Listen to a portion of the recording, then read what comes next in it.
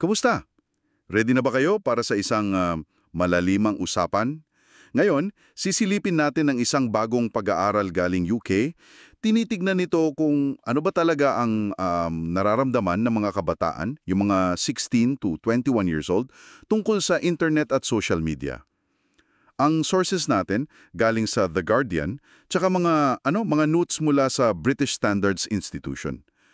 Ang mission natin, intindihin tong mga findings na medyo nakakagulat yung iba. At kung ano ba sinasabi nito tungkol sa mga bata, tech, at well-being nila. Okay, simulan na natin to. Unahin natin yung para sa akin pinakakapansin-pansin. Halos kalahati, 46% ng mga tinanong, sabi nila mas okay pa raw yung mundo na walang internet. Teka, di ba sila yung digital natives? Sila yung lumaki na may internet na? Parang ang bigat nung sinasabi nung tungkol sa experience nila online. Oo nga eh. What's fascinating here is, malaki ang kaugnayan niyan sa isa pang numero Halos 70%, 68% para eksakto, ang nagsabi na parang nagiging negatibo yung tingin nila sa sarili after gumamit ng social media. Grabe! 68%? Tapos same number din, 68% ulit, naniniwalang nakakasama na raw sa mental health nila yung oras na ginugugol nila online. So, di sinasabi nilang sana walang internet. Parang simptomas yun na mas malalim na epekto, di ba? At hindi biro yung oras na yun, no? Kasi isa sa apat sa kanila, 25%, 4 oras o higit pa, ang nasa social media. Araw-araw yun. 4 oras? Grabe? Kaya siguro, lumalabas yung idea ng digital curfew, yung tipong may limitasyon sa pag-access ng apps, lalo na paglampas 10 p.m. At ang kwela, kalahati mismo, 50% ng mga kabataan, pabor dito. Sila na mismo yung parang humihingi ng boundaries. Pero, teka muna, may paalala si Ronnie Govender ng NSCPC, yung Child Protection Group sa UK. Sabi niya, hindi raw sapat yung curfew lang. Kasi, andyan pa rin yung panganib sa ibang oras, di ba?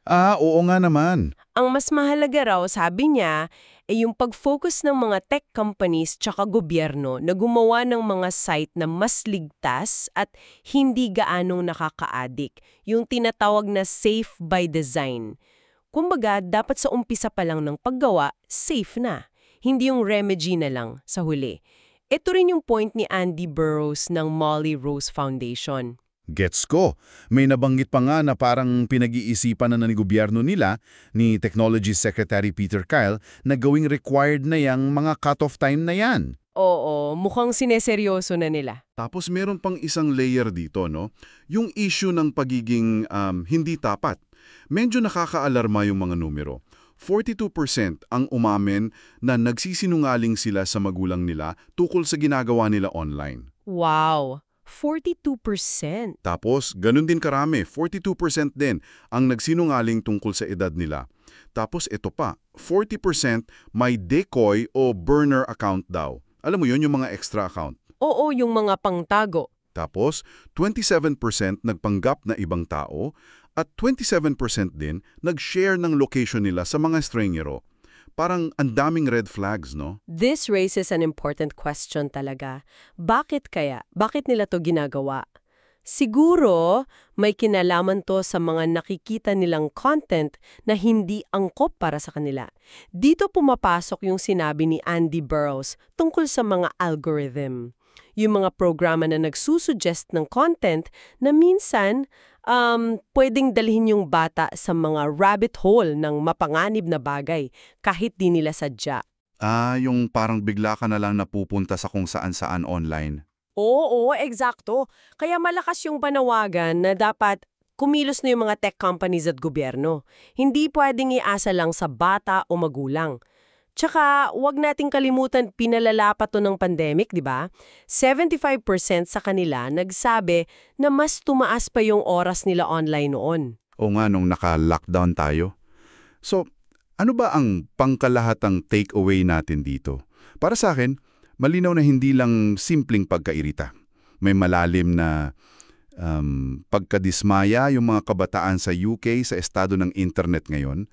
Nakikita talaga natin yung impact sa mental health nila, tapos yung kagustuhan nila for some limits, yung mga issues sa tiwala at honesty, at yung malakas na sigaw for change mula sa mga kumpanya at gobyerno.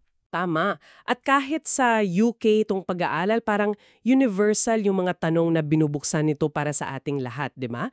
If we connect this sa mas malaking picture, kitang-kita yung tension. Yung pagiging connected, yung dami ng information, versus yung pangangailangan nating protektahan yung sarili natin, yung kapakanan at kaligtasan natin, lalo na ng mga bata. Isang laban yan na hinaharap nating lahat sa digital age na to. Magandang punto. Bilang panghuling pagninilay na rin siguro para sa iyo na nakikinig, nakita natin na yung mga kabataan mismo, aware sila sa panganib at gusto nila ng pagbabago. Pag-isipan mo nga, paano kaya nasasalamin sa sarili mo mga gawi online o siguro sa mga kabataang kakilala mo, yung ganitong mga tensyon, yung pagbabalance ng connection at self-care, kahit pa siguro hindi nyo ito lantaran na pinag-uusapan. Meron bang ganun?